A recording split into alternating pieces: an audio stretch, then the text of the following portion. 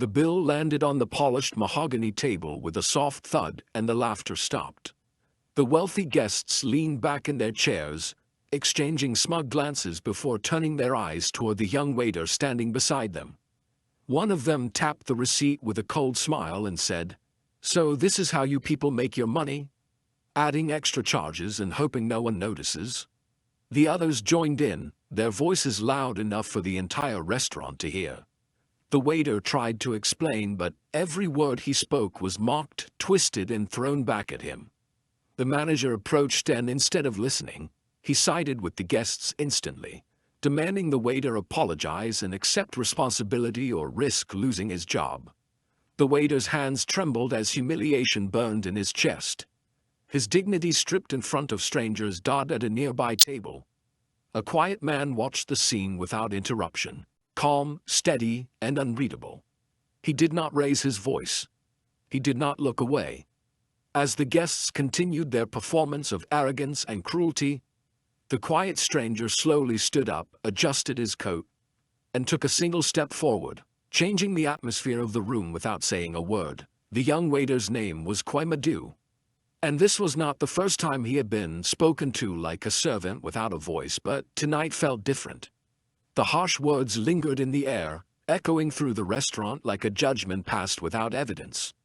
Kwon had taken this job because it offered stability. And stability meant survival for his mother and younger sister back home. Every shift was a balance between endurance and dignity, a silent negotiation between respect and the fear of losing the only income he had. He worked longer hours than anyone else, learned every detail of the menu, and memorized the preferences of loyal customers because excellence was the only shield he believed he had in a world that rarely offered fairness. Yet in moments like this, all that effort dissolved beneath the weight of arrogance, disguised as superiority. The guests were not merely questioning a bill, they were questioning his character. As if honesty could not belong to someone in a waiter's uniform, the manager, Daniel Hart, stood nearby with his arms crossed, pretending to mediate while secretly calculating risk and reputation. To him, the paying guests represented status, online reviews, and business connections that stretched far beyond restaurant walls. Kwame represented labor, replaceable and silent. Daniel had built his career on pleasing those who dined loudly and complained confidently, not those who served quietly and endured humiliation. Instead of asking for clarification or checking the order records, he looked at Kwame with a demanding stare that carried an unspoken message: take the blame and keep your job, or defend yourself and lose everything. The room had fallen into a tense stillness, where even the sound of cutlery resting on plates seemed intrusive, and the line between truth and convenience tilted sharply against the young waiter. Kwame tried to explain that the system prints each item automatically and nothing had been added.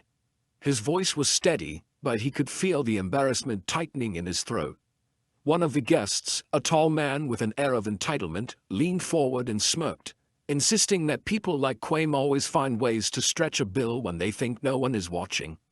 The others laughed softly, not because the accusation was funny, but because humiliation had become part of their performance. They spoke as if the waiter was an inconvenience, rather than a human being. As if his existence existed solely to serve and absorb humiliation without reaction. Kwame lowered his eyes not out of guilt, but because standing upright against such disrespect required more strength than most people would ever understand. The injustice did not merely bruise his pride, it reached deeper, pressing against memories of every moment in life where effort was overlooked and dignity questioned. Across the room, the quiet stranger remained seated, his presence almost invisible amid the tension. His name was Nuru Kamara, though no one in that room yet understood the significance attached to it. He had come to the restaurant many times before, always alone, always calm, always observant. The staff knew him as the polite man who never complained, never rushed, and always tipped generously without drawing attention. Tonight, however, his eyes were different, focused, attentive, studying every expression, every word, every decision that shaped the unfolding humiliation. He did not interrupt because he understood something powerful. Truth emerges most clearly when arrogance believes it is unchallenged. The scene playing before him was no accident. It was a moment revealing character, intention, and power imbalance in its rawest form. Quame's story stretched beyond this room. He had grown up believing that dignity is not a gift granted by others, but a responsibility one must protect even when circumstances try to steal it. His late father had worked as a carpenter, building with his hands and teaching his son that honesty carried value even when the world refused to recognize it. When illness took his father, Quame became the pillar of the household before he was ready, accepting work wherever it appeared, holding on to resilience as his only inheritance. Serving in the restaurant did not diminish his worth. He saw it as service with integrity. A temporary season he navigated with discipline and hope. But humiliation has a way of piercing even the strongest resolve, especially when delivered publicly by those who believe status gives them authority over another person's dignity.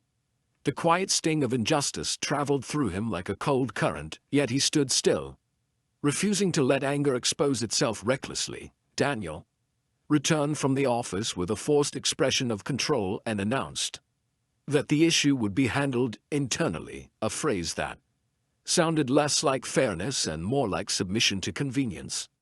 The guests smirked, satisfied not by truth but by dominance. They spoke about influence, about people they knew, about the consequences the restaurant might face if they were not respected properly. Each sentence was not a request for correction, it was a demonstration of power. Quame was instructed to step aside and wait while the matter was reviewed. Yet, everyone in the room understood that the verdict had already been formed.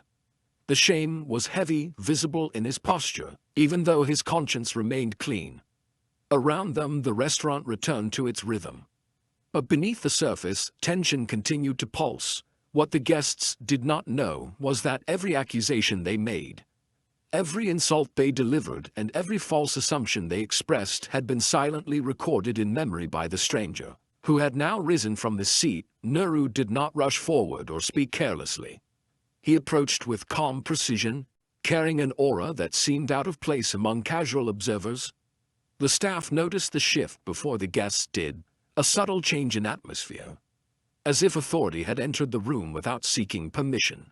Nuru asked for the bill, not to challenge or confront, but with a measured tone that suggested his request was not a suggestion but a requirement. Daniel hesitated, realizing instinctively that this was not an ordinary customer. Yet pride and fear collided inside him, leaving him unsure whether to comply or resist. Quame lifted his eyes for the first time and met the stranger's gaze. There was no pity there, no superiority, no empty sympathy. Instead, there was recognition, the kind that acknowledges injustice without exaggeration and promises accountability without noise. In that moment, Quam felt something he had almost lost in the middle of the humiliation. The quiet assurance that truth still had a voice. Even when drowned beneath arrogance, the guests shifted uncomfortably, sensing the atmosphere begin to bend in a direction they did not control. Their confidence had been loud a moment earlier, but now their laughter thinned into uncertainty. The night which they believed belonged entirely to them was slowly slipping out of their hands. The stage was set, not for confrontation fueled by anger, but for a revelation shaped by patience, clarity, and undeniable truth. The guests believed they were dealing with a powerless waiter and a submissive manager. They had no idea that the quiet stranger standing beside them was about to introduce a reality they could neither dismiss nor intimidate. What began as humiliation was about to transform into something they never anticipated, a night where arrogance met accountability, and dignity finally found its answer. Quame stood just outside the manager's office, his hands clasped together as if he were holding his composure in place. The murmurs from the dining hall filtered through the corridor, soft laughter, clinking glasses, and scattered conversations that sounded distant and careless compared to the storm gathering around him. Inside the office, the air felt heavier. The walls, covered with framed awards and polished certificates, seemed to stare back with silent judgment. Daniel sat behind his desk with the printed receipt in front of him. tapping his pen slowly as if each tap represented a decision that had already been made. "Quaim," he said, without looking up, "this situation has escalated beyond a simple misunderstanding. Those guests are long-term clients. They're saying you added items that were never ordered." Quaim took a breath, steady but tired. "Sir, the items were placed through the PO system exactly the way they ordered. I confirmed each plate at the table. Nothing was added." Daniel finally raised his eyes, not with empathy but with a tired sort of irritation. "Intent doesn't matter right now. Perception does. They are influential people. If they feel mistreated, the restaurant's reputation suffers. We cannot afford that." The words cut deeper than the accusation itself. Reputation, a concept that seemed to have value only when the powerful were uncomfortable, never when the powerless were humiliated. Quaim remained upright, though a quiet ache pulsed through his chest. "I've worked here for 2 years," he replied carefully. "I have never stolen, never lied, never altered a bill. If there is a discrepancy, we can check the order logs and the kitchen dockets. Everything is recorded." Daniel sighed, leaning back. "They don't want an investigation. They want accountability, meaning someone has to accept responsibility so they feel respected. And that someone," Quam said softly, "is me." The manager did not answer. Silence, more revealing than words, confirmed the truth. The office door opened slightly, and a staff member whispered through the crack, "They're asking what's taking so long." "They're getting louder." Daniel nodded stiffly. "Tell them we're resolving it." Quam felt the humiliation return, heavier this time, because it was no longer public ridicule. It was institutional surrender. He was not being asked to explain. He was being prepared to sacrifice his dignity so the restaurant could remain comfortable. Daniel lowered his voice. "Listen carefully. If you simply apologize and accept that there was confusion, we will mark it as a trading issue. You'll keep your job. The incident will go no further. And if I refuse?" Quaim asked. Daniel hesitated before answering. "Then we will need to suspend you pending investigation. And the outcome may not be in your favor. Suspension. Income gone. Rent delayed. Medication for his mother postponed. School supplies for his sister held back again." The consequences stretched far beyond this room. The threat was not spoken cruelly, but it was spoken efficiently. Quaim stared at the receipt on the desk. Not numbers. Not items. A judgment masquerading as policy. "May I at least see the order records?" he asked quietly. "If I must stand accused, I should know what evidence stands against me." Daniel exhaled impatiently. "Evidence isn't the issue. They are upset, and upset customers affect business. Right now we need peace, not proof." Those words landed like a final verdict. Truth was optional. Calm guests were not. Quaim felt his throat tighten, not from fear of losing his job, but from the crushing realization that honesty had no advocate here. Every effort he had made, every double-checked order, every night he worked beyond closing time, none of it mattered in this moment. He nodded slowly. "So I am expected to accept blame so the restaurant can survive their anger." Daniel avoided eye contact. "Consider it professionalism." Professionalism, repackaged humiliation, a knock echoed again. Louder this time. The corridor outside buzzed with nervous whispers. Daniel stood. "Come with me. Let us resolve this before they decide to escalate." They stepped out of the office and walked toward the dining hall. Each step felt heavier than the last, as if the floor carried the weight of surrender. The closer they came to the table, the clearer the guests' voices became. Confident, dismissive, unbothered. "There he is," one of them said with a smile that felt more like a smirk. "Our clever mathematician." Laughter followed, soft, intentional, poisonous. Quaim remained still, his face calm, not because he felt unbothered, but because dignity was the only armor he still possessed. Daniel cleared his throat. "Ladies and gentlemen, we appreciate your patience. We have discussed the situation internally. The waiter will address the misunderstanding." The attention shifted to Quaim as if he had become a spectacle instead of a person. The tall man leaned back in his chair. So, do you admit you added charges that weren't ordered? Quaim looked at the receipt once more, then lifted his eyes, steady, controlled. No, sir. I did not add anything that was not ordered. The table fell silent for a brief moment. It seemed as if honesty might be allowed to exist, but the silence broke sharply. So you are calling us liars? Another guest snapped. Daniel's expression tightened. This was not the script he expected. Quem continued, his voice respectful but unwavering. I am saying the system records everything accurately. I am willing to review the order list with management and confirm every item. The guest scoffed. We don't need to review anything. We know what we ordered. People like you think customers don't pay attention.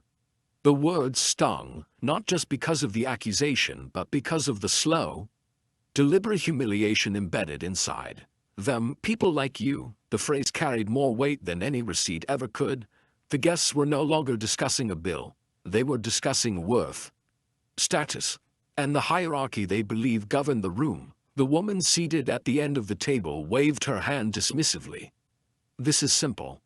He admits fault, the manager apologizes, and we move on.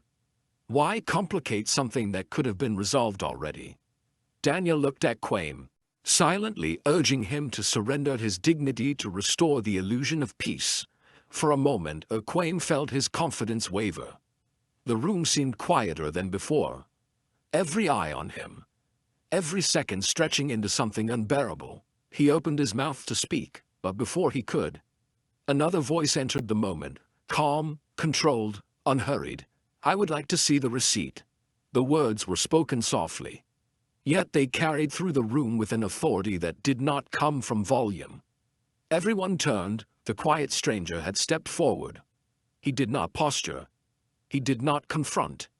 He simply stood with a presence that shifted the energy of the room. Daniel frowned lightly. Sir, this matter does not concern other customers. The stranger's eyes remained steady. On the contrary. It concerns the integrity of your establishment, and therefore concerns me very much. The guests exchanged irritated glances. Who are you supposed to be? One of them asked sharply. The stranger did not answer the question. Instead, he extended his hand, not aggressively, but with the firm expectation that the receipt would be placed into it. Daniel hesitated. His instincts caught between pride and an intuition warning him not to dismiss this man lightly. After a brief moment, he handed the receipt over. The stranger studied it carefully. His expression did not change. He looked at the guests, then at Kwame, then back to the paper, as if mapping the truth between those 3 points. He spoke with precision. Which items are you claiming were added without being ordered? The tall man leaned forward, annoyed. The second seafood platter, the premium wine, and the side dishes. None of that was requested. The stranger nodded slowly. And you are absolutely certain? We don't make mistakes about what we pay for, the woman snapped. This place should be grateful people like us even come here. The stranger's gaze sharpened, not angry, but exact. Gratitude, he repeated thoughtfully. Interesting expectation. He turned to Daniel. Do you have the kitchen docket copies for this order? Daniel stiffened. Sir, this is not standard procedure for guest disputes. The stranger interrupted gently, yet conclusively. I am not asking about standard procedure. I am asking whether the records exist. The manager hesitated. Yes, he admitted quietly. They exist. Then bring them, the stranger said. Not a request, a requirement. The guests shifted, uncomfortable with a shift in control they did not authorize. One of them chuckled dismissively. This is ridiculous. Who does this man think he is? The stranger remained calm. Someone who believes truth should not be replaced by convenience. Quaim felt a quiet surge of relief, not victory. Not confidence, but the fragile return of something he had almost lost. Validation, for the first time tonight. Someone in the room was not speaking about him. But for fairness itself, Daniel reluctantly disappeared into the back office to retrieve the kitchen logs. The guests muttered among themselves, this is unnecessary. He's turning a simple issue into an investigation. He's trying to look important. But beneath their irritation was something else, the first flicker of uncertainty, the stranger remained beside Tamame, but he did not look at him. Instead, he maintained his quiet watch on the table. He spoke only once, and only to the waiter. "Do not apologize for something you did not do." The words were not comforting, they were anchoring. Quam nodded slightly. Minutes later, Daniel returned carrying printed dockets and transaction records. He placed them on the table reluctantly. The stranger arranged them carefully, aligning them with the receipt. Studying the timestamps, sequence numbers, and table confirmations with unwavering focus, then he asked the guests a simple question: "Who handled the ordering at your table this evening?" The tall man lifted his chin. "I did." The stranger nodded. "And did you request that the plates be divided between you?" "Yes," the man replied, impatient. "We always share meals." The stranger continued calmly. "Did you at any point return a dish, exchange plates, or instruct the waiter to modify an order after it had been placed?" The group paused. Eyes shifted, not toward the stranger, but toward one another, because in that instant, the unspoken truth surfaced. They had changed things midway through the meal. They had sent items back, requested substitutions, and shuffled dishes because their moods shifted and preferences changed. But now, every adjustment was being recorded not as memory, but as evidence. The woman shook her head defensively. "Those were minor adjustments. That has nothing to do with. It has everything to do with it," the stranger replied softly. He lifted one docket sheet. "Here is the timestamp where your table requested modifications. Here is the revenue split confirmation. Here is the request to reserve a portion of seafood from the second platter." He placed the page on the table, not in addition. He placed another page. "A replacement." He placed a third. "Authorized by your table." The room grew painfully quiet. Quayne watched silently, his heartbeat steadying, each second unfolding like oxygen returning to a suffocating chest. The guests' confidence faltered for the first time. The tall man cleared his throat. "That doesn't change the fact that—" The stranger looked at him directly, not confrontational, but unyielding. "It changes everything." He turned to Daniel. "And you?" he said calmly. "Chose to accept humiliation as negotiation before seeking truth." Daniel swallowed hard. The words did not shout. Yet they carried the weight of a courtroom judgment. The guests shifted uncomfortably. The stranger placed the receipt back onto the table and folded his hands. "There has been no fraud, no manipulation, no added charges." He paused. "But there has been abuse." The word landed like a glass shattering in the center of the room. No one laughed now, no one smirked. No one spoke, because in that moment, the balance of power inside the restaurant shifted, not loudly, not theatrically, but decisively. What began as an attempt to force a young waiter into submission had transformed into something else entirely, an exposure, not of numbers, but of character. Quinn exhaled slowly. Not triumph, not relief. Just the fragile beginning of justice. And yet, the night was far from over, because those who rely on arrogance as currency rarely surrender quietly. And the quiet stranger had only just begun to reveal who he really was. The restaurant moved through the rest of the evening under a cloud of unspoken tension.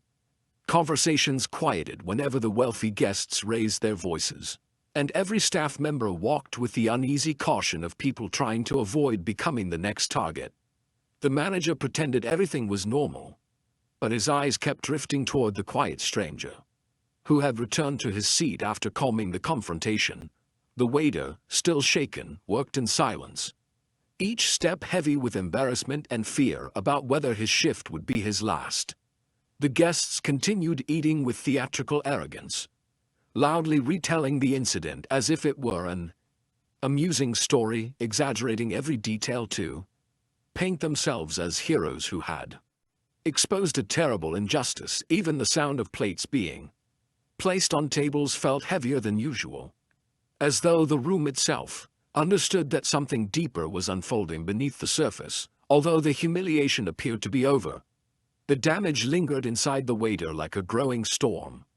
He moved carefully from table to table, but his mind was trapped in the memory of being accused, dismissed, and forced to apologize for something he had not done. Every small laugh from the wealthy guests sounded sharp and cruel, dragging his thoughts back to the moment when his dignity was reduced to a spectacle. The quiet stranger watched him with a thoughtful gaze, observing not only his work but the way he carried the weight of injustice. The stranger's posture remained composed, yet there was a firmness beneath his calm that suggested silent calculation rather than passivity. He was not finished with the situation. He was simply waiting. At the far end of the restaurant, a new table of customers arrived, parents with their teenage daughter, and they were seated only a few chairs away from the wealthy group. They ordered modestly and spoke in gentle tones, clearly aware of their surroundings and respectful of the staff. The waiter served them carefully, grateful for a brief moment of kindness, yet still haunted by the earlier humiliation. As he placed their drinks on the table, he accidentally brushed the edge of a glass and it tilted slightly before he caught it in time. The wealthy guests burst into sarcastic applause, loudly mocking his clumsiness and repeating the accusation that people like him should not be trusted with responsibility. Their words cut through the room like metal scraping against glass, forcing everyone else to listen even if they wished not to. The teenage girl frowned and looked toward the waiter with concern, whispering something to her parents. But before anyone could speak, one of the wealthy guests stood up theatrically and waved the manager over once again. He declared that the restaurant should remove the waiter from the floor entirely because his presence made them uncomfortable. The manager hesitated, torn between financial privilege and moral responsibility, but once again leaned toward those who held money rather than truth. He ordered the waiter to step aside while he reviewed the situation, which was simply a softer phrase for punishment without evidence. The quiet stranger rose from his chair for the second time that night, but this time there was no hesitation. His voice remained calm, yet it carried through the restaurant with unmistakable authority. He asked the manager whether the restaurant had verified the bill, cross-checked the pricing, or reviewed the system before forcing blame onto a single employee. The question froze the manager mid-sentence, because the truth was obvious. No meaningful investigation had taken place. The wealthy guests attempted to interrupt, insisting that their status alone validated their claims, but the stranger did not look at them. Instead, he focused solely on the process, on accountability, and on the absence of fairness that had defined the entire situation. The teenage girl raised her hand gently and spoke up, surprising everyone at the surrounding tables. She explained that she had seen one of the wealthy guests add extra items to the table earlier and then whisper about removing them to avoid paying. Her words were steady, not dramatic, and she described the moment with clarity instead of accusation. The room shifted instantly. The wealthy guests stiffened, masks cracking under the unexpected testimony, while the manager's expression transformed from certainty to discomfort. For the first time since the incident began, the foundation of the false narrative began to crumble. The quiet stranger asked the manager to retrieve the digital logs for the table's order, suggesting that the system itself would tell the truth. The guest protested loudly, claiming that such scrutiny was unnecessary and insulting, but the stranger simply waited. His silence was not weakness. It was strategic. The staff brought out the transaction records, and as the entries appeared on the screen, an uncomfortable reality emerged. Modifications had been made after the waiter submitted the order, and they were linked to a handheld device that belonged to one of the guests themselves. The evidence was overwhelming. The laughter at the table vanished, replaced by defensive tones and sudden excuses that shifted responsibility onto everyone but themselves. The manager's face turned pale as he realized the seriousness of what had occurred. The quiet stranger did not celebrate the discovery, nor did he raise his voice in triumph. Instead, he asked a single question: if the truth had been ignored so easily tonight, how many other workers had suffered the same humiliation without witnesses? The words echoed across the room, forcing everyone to confront a deeper truth about power. bias, and how quickly dignity could be destroyed when money spoke louder than integrity. The waiter stood frozen, caught between relief and exhaustion, his breath unsteady as he processed the reversal of events. The wealthy guests attempted a final maneuver. They offered to settle the misunderstanding privately and insisted the restaurant avoid documenting anything. Their tone shifted from arrogance to negotiation, but the stranger rejected the idea. He explained that humiliation was not a minor inconvenience that could be wiped away with money or quiet agreements. It was a wound that followed people home, affected their families, and shaped how they saw themselves for years afterward. The silence that followed was heavier than any noise that had filled the restaurant earlier in the evening. The teenage girl's father thanked the stranger for standing up when others had remained quiet. He admitted that many people had witnessed the injustice but hesitated out of fear, social pressure, or a desire to avoid conflict. The stranger did not criticize them. Instead, he explained that silence in moments of wrongdoing often created space for oppression to grow. The lesson was not about anger, but about courage. The courage to acknowledge truth even when it was inconvenient. The waiter listened carefully, realizing that the stranger was not defending only him. He was defending every unseen worker who endured humiliation without a voice. The manager apologized publicly to the waiter, his words formal but strained with guilt. He promised an internal review of policies and vowed to ensure that no employee would face punishment without proper investigation again. Whether that promise would be honored long-term remained uncertain, but in that moment, accountability existed where none had existed before. The waiter accepted the apology, not because the pain had disappeared, but because he understood that reclaiming dignity sometimes required standing through difficult moments rather than walking away from them. The wealthy guests sat silently now, stripped of their arrogance, exposed not by anger but by truth. Their authority had collapsed in front of an audience that finally saw the full story. Yet the quiet stranger did not humiliate them in return. Instead, he insisted that they acknowledge what they had done and apologized directly to the waiter. The room watched as they struggled through the words. Not out of sincerity, but because their social power had been challenged. The apology was imperfect and uncomfortable, but it existed, and it marked a shift in balance. The waiter did not respond with bitterness. He simply nodded, not to accept their worldview, but to reclaim control over his own sense of self. He had walked through humiliation and emerged with his dignity restored, not by anger, not by revenge, but by truth brought into the open. The quiet stranger stepped back, returning to his seat with the same calm presence he had shown from the beginning of the evening. Yet everyone in the restaurant understood something fundamental. Nothing about the night was the same anymore. As the restaurant resumed movement, conversations changed tone. People who had remained silent earlier now whispered about fairness, courage, and the danger of assumptions.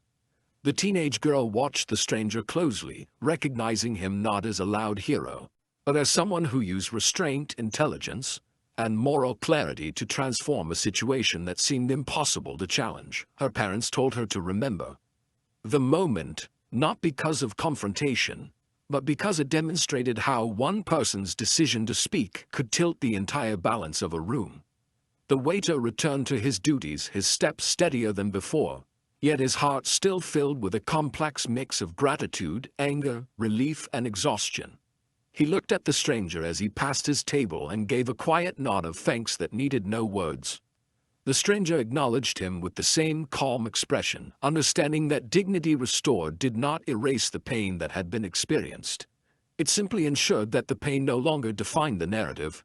The night moved forward, but the atmosphere remained transformed, not louder, not quieter, but deeper.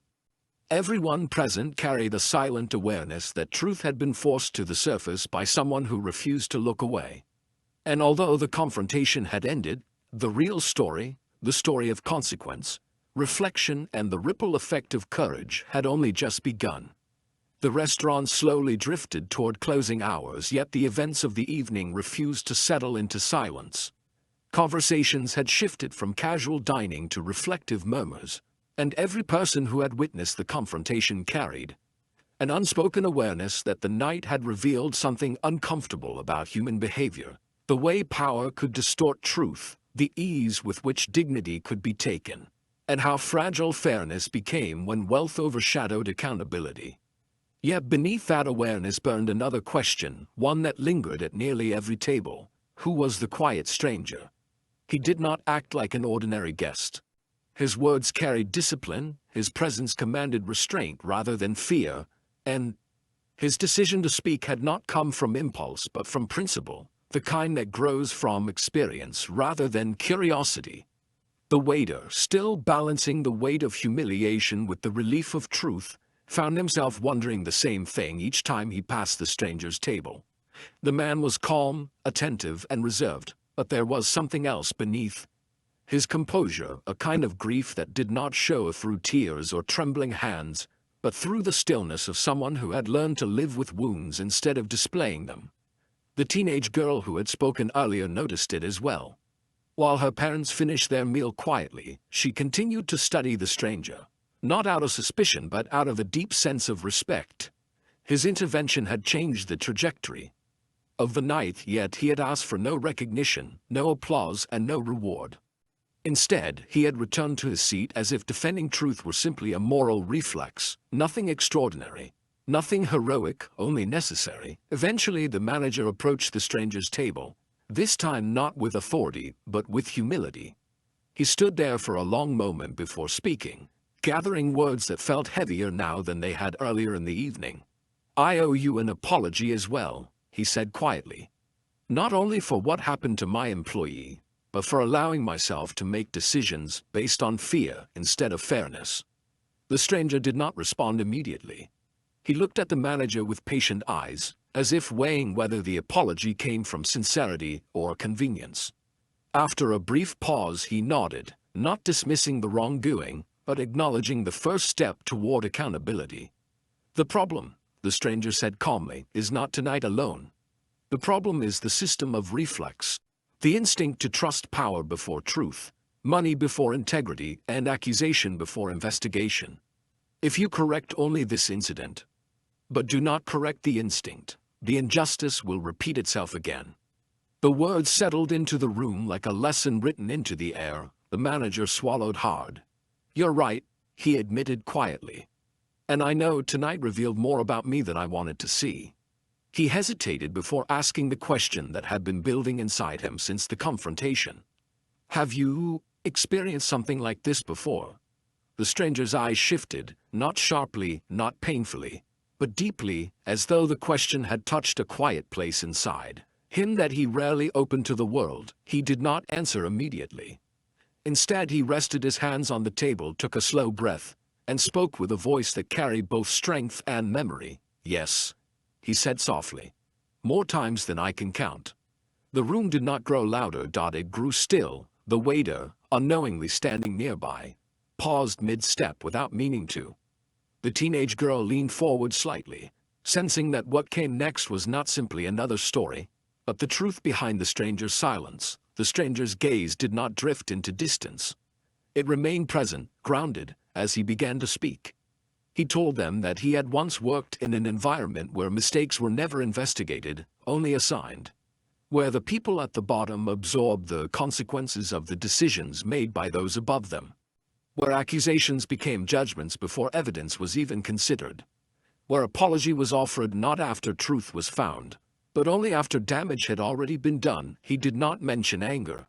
He did not mention hatred. He mentioned exhaustion, the kind of exhaustion that settles into a person when they learn that effort, discipline, and honesty cannot always defend them against prejudice disguised as procedure. He described a night, years ago, when one of his co-workers had been accused of falsifying records. No one listened. No one checked the logs, no one cross-verified the data. The assumption of guilt was immediate, final, and absolute, because the accused was the easiest to blame. The co-worker lost his job, his reputation evaporated in the single evening. His dignity was erased without evidence, and 2 weeks later, the stranger said quietly, the truth came out. The real cause was a technical glitch, a system Failure already known by management but never disclosed because acknowledging the flaw would have required accountability. No apology restored the damage. No explanation rebuilt what had been broken. No one lost their position. The stranger continued. No policy changed. The only person who paid the price was the one with the least power to defend himself. Silence filled the room, not uncomfortable, but reverent. The teenage girl pressed her lips together, fighting the instinctive sadness forming in her chest. The waiter felt a sharp ache in his heart, recognizing the echo of that experience. Inside his own life, moments when dignity became conditional instead of inherent. The stranger did not raise his voice. He did not accuse anyone in the restaurant of repeating history. Instead, he explained something far more unsettling. When injustice becomes normal, he said, people stop noticing it. And when people stop noticing it, systems of humiliation become invisible until someone refuses to stay silent.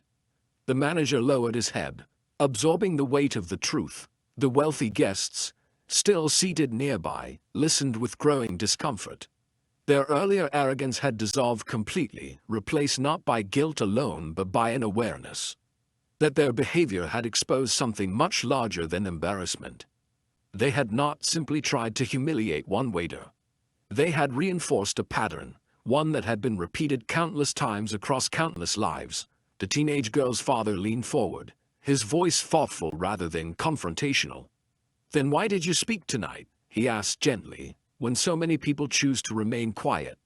The stranger paused, his expression softening, not with emotion, but with honesty. "Because silence," he replied, "has a cost too." He explained that silence allowed injustice to travel from one workplace to another, from one family to the next, from one generation to the following, until humiliation became something people expected instead of something they challenged. He did not speak with bitterness. He spoke like someone who had walked through storms and chosen not to let their coldness harden his heart.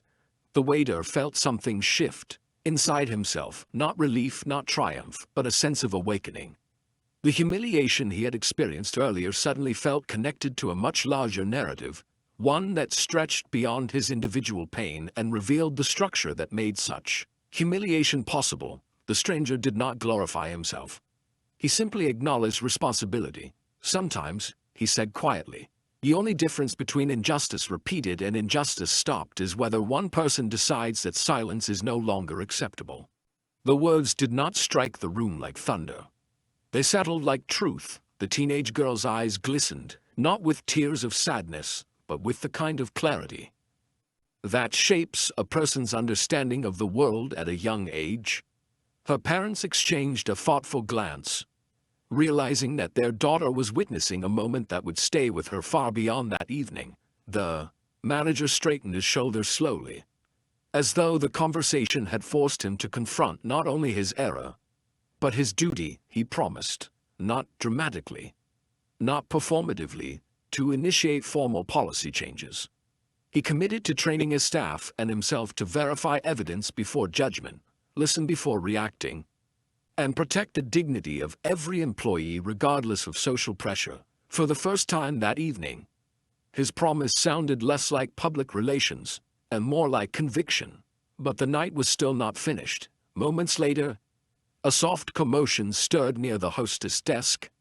A woman entered the restaurant, tired, anxious, and clearly searching for someone. Her coat was worn and her posture carried the weight of someone who had hurried through cold air without stopping to rest. When the waiter turned and saw her, his breath caught in his throat.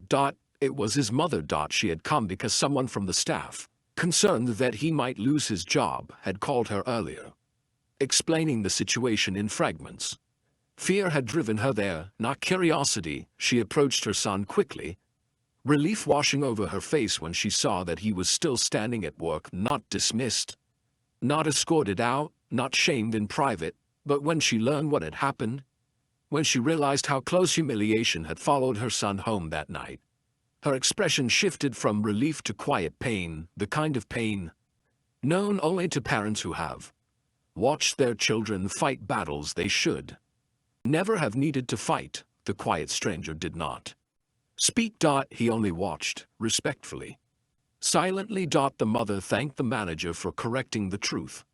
But her gratitude was layered with caution, as though she understood too well that injustice corrected after damage does not erase the wound of the moment itself.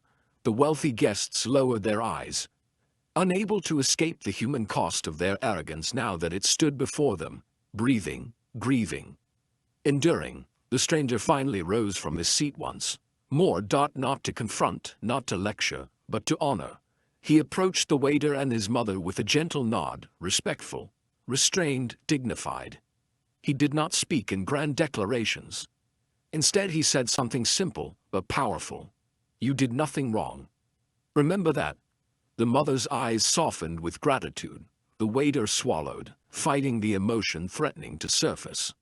He had walked through humiliation in front of strangers, but he would leave the night not as a victim, not as a man reduced by insult, but as someone whose dignity had been defended not by noise, but by truth. The stranger prepared to leave, placing his coat over his shoulder.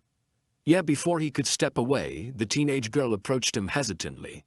Her voice carried a sincerity that exceeded her years. "Sir," she asked softly, "how do you know when it is the right moment to speak?" The stranger paused. He looked at her, not as a child, but as a future adult who would one day stand at tables of conflict, injustice or silence. "When the cost of silence," he replied, "is greater than the risk of speaking." She nodded slowly, absorbing a lesson like a seed planted deep within her character, one that would grow with time, shaping choices she had not yet lived but would one day face. The quiet stranger left no name, no explanation, no identity. He walked out into the night with the same calmness he had carried inside the restaurant, leaving behind not a performance, but a legacy of courage written into the memory of every person who had been present. And yet, the true consequence of the night had only begun, because courage never ends. At the moment of action, it begins there, and the ripple of what happened inside that restaurant, the shift in conscience, the awakening of responsibility, the fracture of silent injustice, would echo far beyond that single evening, into careers, into families, into the future, into the lives of people who would remember the night when one quiet stranger refused to let humiliation rule the truth. The restaurant hummed with low activity, the last patrons sipping wine and enjoying the final course of their evening. Yet for Quamo, waiter, the atmosphere felt nothing like closure. Every glance from the wealthy table still burned in his mind. The echoes of their arrogance, their smirks, their deliberate cruelty, those were not the kind of things one simply forgot. Every moment of the evening, every insult, every judgment without evidence, had been etched into his memory.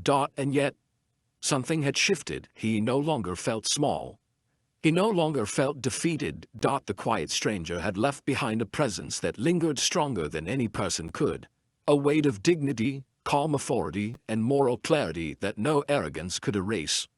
Quime had survived humiliation not by shouting, not by retaliation, but by standing still while truth worked quietly in the background.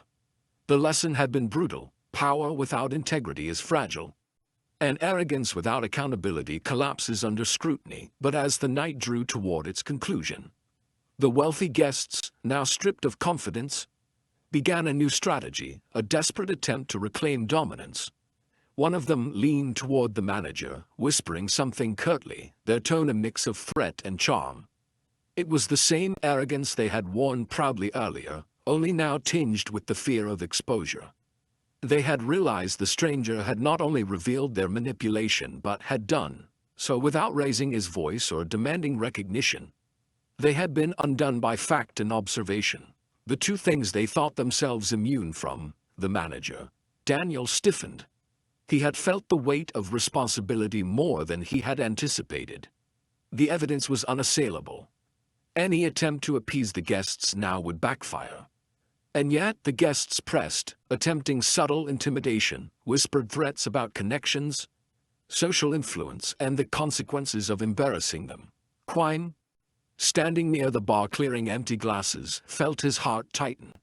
He knew instinctively that the humiliation was not yet over. The guests had wealth, confidence, and social networks. They had the tools to push him further into submission, or so they believed. Then the restaurant doors opened. A soft, deliberate step echoed through the hardwood floors. The quiet stranger had returned. This time, he did not merely observe. He carried something in his hands, a tablet displaying the complete audit of the table's orders, timestamps and staff logs.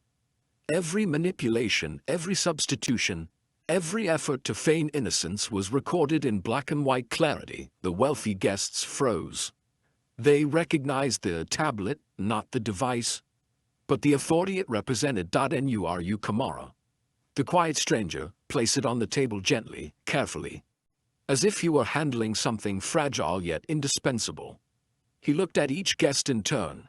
You claimed earlier, he began, voice calm, almost measured, that the waiter altered your order, added items without authorization, and misrepresented the bill. The evidence shows otherwise. He swiped the screen, revealing detailed logs, timestamps of plate changes, the exact moment substitutions were made, and the names of the devices used for each modification. One by one, he highlighted the inconsistencies between the guests' claims and the recorded facts. The room fell silent. The manager, Daniel, leaned closer, both curious and fearful. He realized for the first time that the stranger was no ordinary guest. Authority emanated not from volume or wealth but from knowledge, preparation, and control over the facts. The guests shifted uncomfortably. The tall man who had led the accusation swallowed, his jaw tightening. He attempted a weak deflection. That doesn't change. It does, the stranger interrupted, calmly, almost coldly. Truth is not dependent on belief or influence. Facts are facts. And in this case the facts are clear. The waiter did not commit any wrongdoing. A pause followed, pregnant with tension. Then Nuru addressed the manager. And you, he said, chose to believe the guests over your employee. You allowed humiliation to replace investigation. That, too, must be corrected. Daniel's face reddened. I understand. The stranger continued, turning his attention back to the table. As for you, he said, addressing the wealthy guests, your behavior has consequences. This is not a private discussion. You humiliated an employee publicly, pressured a manager into complicity, and attempted to manipulate the situation with intimidation. You will rectify this immediately. The wealthy man's hand trembled slightly as he attempted to protest. But the stranger held his gaze without threat.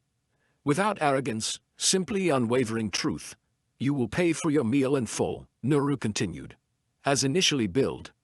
Additionally, there will be a service correction fee and a contribution towards staff training and support programs.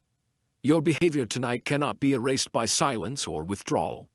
The room was still. Even background diners seemed to sense the change, as if the moral gravity had extended beyond the table itself.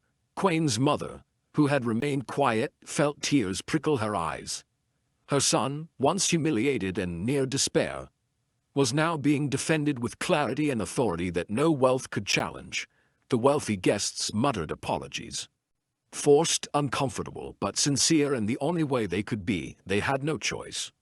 Every attempt to resist had been dismantled by facts, evidence, and moral weight that even their social status could not overpower. Nuru nodded, satisfied that accountability had been established. Let this be a lesson. He said softly that humiliation is not a currency and arrogance is not immunity. Then, just as quietly as he arrived, he turned to leave, but before he could step out of the restaurant, the manager called after him. Wait, Daniel said, voice cracking slightly. Who are you? I don't understand. You have authority, knowledge. How? Nuru smiled faintly, enigmatic yet grounded. I am someone who believes fairness should not be optional. I am someone who has witnessed injustice too often to remain silent again. Tonight, I was present because this scene has been repeated too many times in too many places. Consider me a reminder. Dignity matters more than appearances, truth matters more than fear, and courage matters more than comfort. He stepped out into the night. Quaim exhaled slowly, the weight of hours of anxiety and humiliation finally easing. He turned to his mother, who embraced him with a mixture of relief and pride. You stood through it, she whispered. And someone saw the truth. Yes, Mom, he replied softly. And the truth finally spoke for me. The manager approached, his tone changed from the cold pragmatism of earlier hours. Quime, he said, I want you to know, tonight, I learned a lesson. Not just about procedure, but about humanity. I apologize truly for doubting you and allowing this to happen. Quame nodded, absorbing the apology without resentment. His dignity was restored not through triumph over the guests, but through the intervention of truth and principled courage. To guests, now quiet and subdued, packed their things. Their arrogance had been replaced by humility, reluctant, forced, but undeniable. They understood, without needing words, that the night had taught them something about accountability and the fragility of power wielded without integrity. As they left, one of them muttered to another, I didn't expect. Someone like him could see right through us. That's the point, the other replied, voice low. You can't fake authority when truth is present. Quame returned to the floor, feeling stronger with every step. The humiliation that had begun the night now existed as a memory, a lesson etched into his understanding of justice, resilience, and dignity. He had endured, observed, and survived. And now, the world, or at least that restaurant, had recognized it. Later, when the lights dimmed and the restaurant emptied, Quime lingered by the door, reflecting on the night. The experience had left him tired but enlightened. He realized that dignity was not something others granted. It was something you defended, sometimes with your voice, sometimes through endurance, and sometimes by allowing the truth to unfold, even if silently. The quiet stranger, now gone, had left more than resolution. He had left a blueprint: integrity, observation, patience, and moral courage, the tools needed to confront humiliation without letting it consume you. And somewhere, in the stillness of the night, Quame understood the greatest lesson of all. Humiliation may be loud. Injustice may feel overwhelming, but truth, once awakened, is unstoppable. The night ended not with vengeance but with clarity. Not with defeat but with dignity, and as Quame closed the restaurant doors behind him, he knew one thing with certainty: he would never again allow anyone, rich or powerful, to dictate his worth. Tonight, the quiet stranger had not only defended him, he had transformed him. The ripple of the transformation would echo far beyond the walls of the restaurant, shaping not only the lives of those present, but the lives of every person who witnessed or heard the story of the night when humility, arrogance, and silence collided, and truth emerged victorious. The night had ended, yet its impact lingered in every corner of the restaurant. The clinking of plates, the distant hum of traffic, the faint echo of conversations, they all felt different now. Each sound carried a weight that had not been present before, a subtle reminder that truth had been defended and dignity restored. Quame stood behind the bar, quietly organizing glassware, his movements methodical, almost meditative. He felt the exhaustion in his muscles, the tension in his shoulders, and yet beneath it all, a quiet pride that no one could take from him. He thought about the earlier moments, the accusations, the laughter, the scornful smirks, and realized that every pang of humiliation had been necessary. Without it, he might never have understood the fragility of reputation, the ease with which perception can be manipulated, and the power of a single voice refusing to stay silent. The manager approached him, holding a small folder of documents. Quime, Daniel said softly, I want to make this right. I've drafted a formal apology for the incident tonight, and we will implement policies to protect every employee from something like this happening again. No one should ever endure what you went through. Quame nodded. I appreciate that. Tonight was more than about me. It was about the principle of fairness, and making sure this doesn't repeat for anyone else. Daniel hesitated, then spoke with the kind of sincerity that only comes after witnessing the consequences of inaction. You've taught me something I won't forget, and I want to thank you for that. Quame's mother, who had accompanied him that evening, watched the exchange quietly, her eyes glistening with tears of relief. She had come fearful that her son might lose not only his job but his confidence, his self-worth, and perhaps even a piece of his soul that night. But now, seeing him stand tall, seeing the respect restored, she felt a sense of peace she had not expected. Outside the restaurant, the night air was cool and still. Quaim stepped onto the sidewalk and breathed deeply, feeling the city around him differently, lighter somehow, freer. The humiliation he had endured earlier had been replaced by validation, and the lesson learned was indelible. Dignity is never given. It is defended, preserved, and claimed with courage. And then he thought of the quiet stranger. The man who had arrived without introduction, without demand for recognition, but with clarity, authority, and principle. He had not only exposed the truth but had modeled how to act with courage, restraint, and precision. Quaim understood that the stranger had changed more than the outcome of the evening. He had changed the way everyone in that room would carry themselves going forward. The wealthy guests had left, humbled, awkward, and silenced not by threat or force, but by evidence and moral authority. Their arrogance, once a shield, had crumbled in the face of accountability. The lesson was harsh but necessary. Power without integrity is fragile, and humiliation, when unchallenged, emboldens cruelty.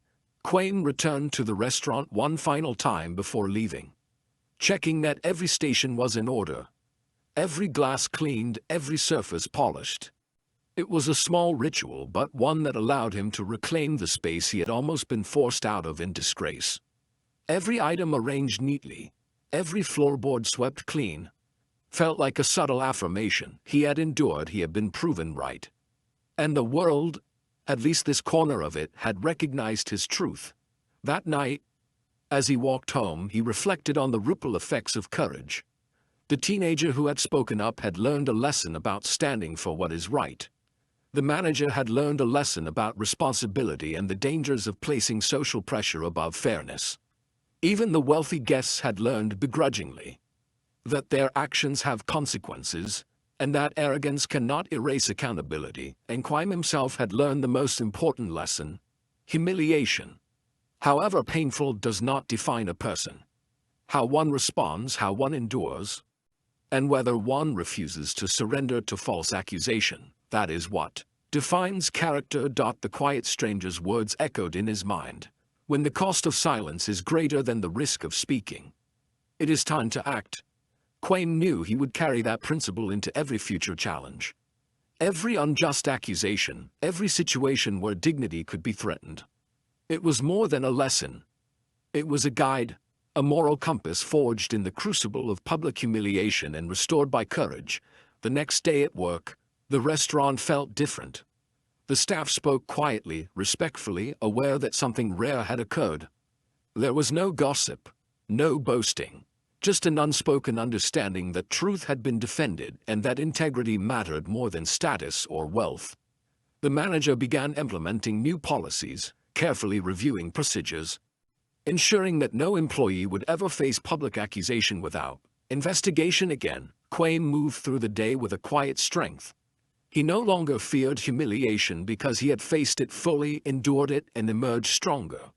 His mother's pride, his own restored confidence, and the knowledge that someone had believed in justice more than convenience, these were victories that no insult, no false accusation, and no attempt at degradation could erase.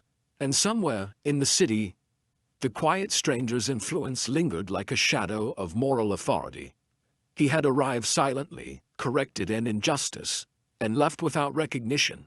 Yet the echo of his presence would remain in every choice Quaim and others would make from that day forward. Courage, integrity, and truth, these were lessons larger than any single night. Lessons that could shape lives, careers, and communities. The restaurant, once a stage for humiliation and fear, had become a space where dignity was defended. The wealthy guests had learned the hard way that arrogance cannot silence truth. The staff had learned that fairness is worth defending. And Quaim had learned that even in the face of public scorn, one person's courage and the courage of a stranger willing to act. Courage of a stranger willing to act can alter the course of events and restore balance where injustice once prevailed. As he finally walked home, Quaim realized that the night had been about more than a meal, more than accusation, more than public humiliation. It had been a lesson in character, integrity, and moral courage. A night where the quiet stranger had reminded everyone that the defense of truth is never an act of weakness, but the highest form of strength. The memory of the evening would stay with him, not as a wound but as a testament. Humiliation may strike, injustice may threaten, arrogance may rise, but when truth is recognized, courage is acted upon, and dignity is defended, even the quietest voice can change everything. Quine smiled quietly to himself, feeling the weight of the lesson settle into his bones. He would never forget the night when power, arrogance, and fear collided with truth, courage, and integrity. The night when a quiet stranger changed everything.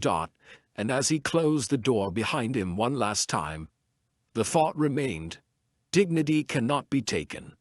It can only be surrendered. And tonight it had been defended, fiercely, gracefully, and irrevocably. You just witnessed a night where humiliation, arrogance, and injustice met truth, courage, and dignity. Quine was mocked, disrespected, and forced to endure what no one should ever face. But one quiet stranger refused to stay silent, and everything changed. Imagine being in his shoes, wrongly accused, powerless, yet still holding on to hope. If you felt anger at the injustice, relief at the truth, or inspiration from the courage shown tonight, don't let this story end here. Subscribe now and join us for the next episode, where real people confront betrayal, humiliation, and unfairness, and where the underdog rises against all odds. Turn on notifications, because the next story could change your perspective on justice, power, and dignity. Stay with us and see the truth always find its way, no matter how quiet the voice that speaks it.